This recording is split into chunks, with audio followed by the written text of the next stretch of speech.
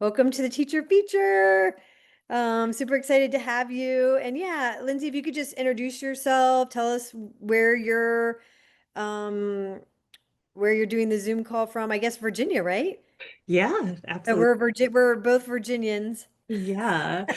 Yeah, not native Virginian, but have been here for quite a bit now. So yeah, I'm Lindsey Feldpausch. I am a clinical herbalist and educator, and I am also assistant director at the Herbal Academy, currently living in Floyd, Virginia, which is a really special place in this world, and very excited to be here with you, Susan. Awesome. Yeah, so I guess it would just be great for you to tell us a little bit about your class and give people kind of an overview so they get a taste about what you'll be talking about in the realm of energetic herbalism. Yeah, so I feel like energetics are part of the cornerstone of herbalism, right? And sometimes they're overlooked for the science. This idea that we really need to know the science of everything to understand herbs. And for me, what I love to do is kind of take a step back and say, how do we know herbs on an intimate level?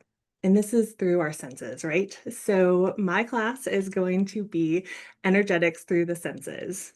And the idea of this is basically understanding herbs and how they communicate to us through our senses. This is taste, this is smell, this is touch. We can even talk about, sight, but all of the communications that come from plants in this way are telling us not only what their phytochemical makeups are, but this leads into their actions, right? So, as herbalists, we know if something tastes bitter, it has a physiological cascade of actions that occur in the body. And so this communicates to us. We don't necessarily need to know exactly what bitter principle the plant contains.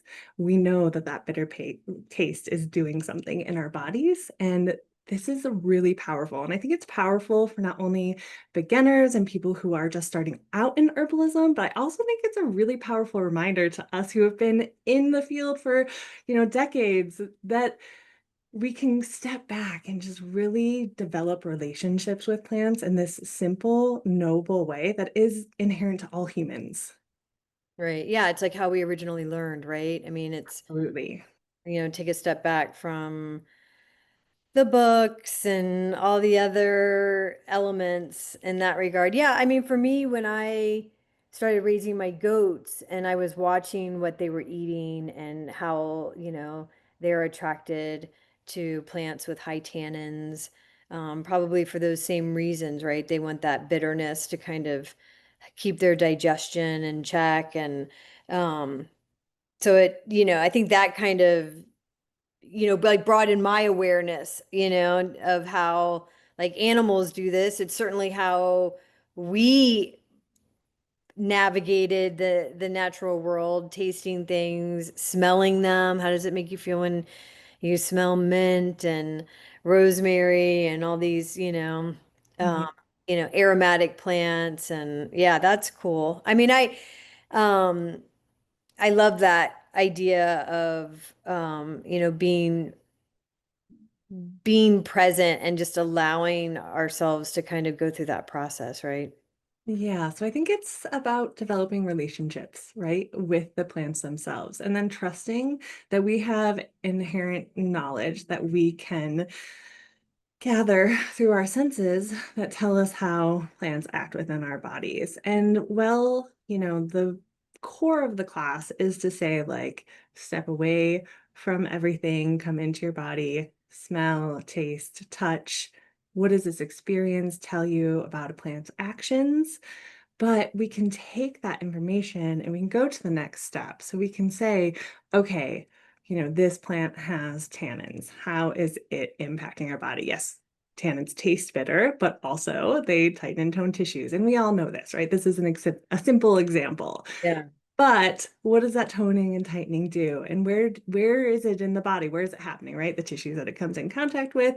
But some plants, like mucilaginous rich herbs, that mucilage, though it's not actually touching tissues that are extraoral or outside of the digestive system, we are still getting an action of like moistening throughout the body, like our lungs, for instance. And it's fascinating. So we can spend the time to develop the relationship with the plants through our senses, get to know them on a deeper level, and then try to take that information and look at the research and look at the actions and say, how does it all tie together? And from there, you've developed a relationship again with a plant that is like one-on-one. You know this plant, and this plant is getting to know you and your body, and how much more potent that is than reading a monograph in a book, right? Like it's plants are knowable. This is a part of our existence on the planet.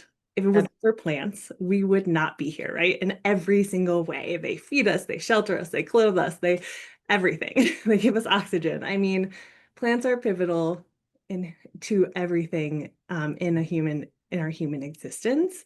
And so we live in this interesting time where we've kind of disconnected, right? So even as herbalists, like we're talking about herbs, and we're reading about herbs in books, and we're um taking capsules with herbs in them and, kind of outside of that like natural connection point. And so, as a clinical herbalist and somebody who's worked in the field for 15 years, I have found myself just stepping back into that place of like, it's all about the plants, right? Like, let's get back to the plants themselves, both in our like physical existence and in our teachings. Yeah, awesome. Well, I'm looking forward to it. And yeah, so you're excited about coming to Cincinnati. It's going to be different and interesting at the same time. And um, obviously, I'm super excited about making this connection with the eclectics and the Lloyd Library, and creating the opportunity for people to come and see the Lloyd Library and learn about that history.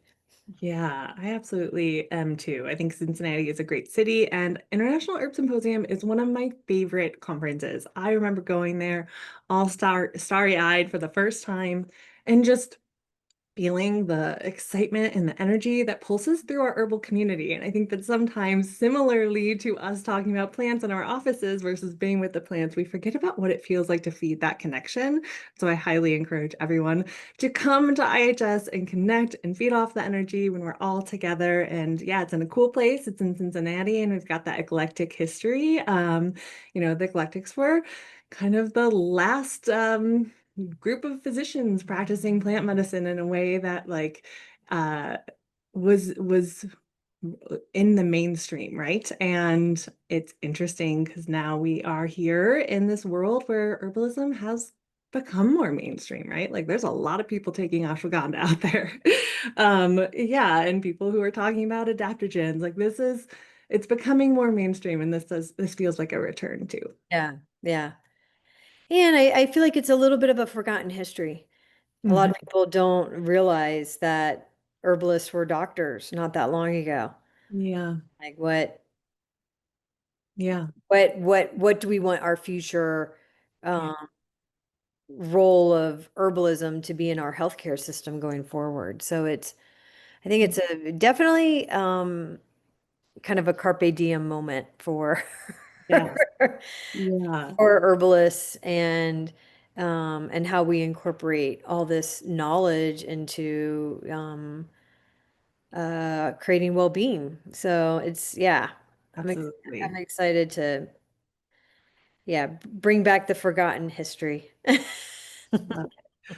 Yeah, I recently had a conversation with a physician that had toured an old apothecary, and they said, I had no idea that plants were at the basis of medicine. And it wasn't that long ago that But plants were the medicine, right? And even yeah, today, 60% of our small molecule drugs are derived from plants, right? They're then synthesized and concentrated and delivered in totally different formats, but plants are still at the base yeah, of medicine. And yeah, it'll be great to be there in that like really pivotal place where herbalism as medicine was at the center.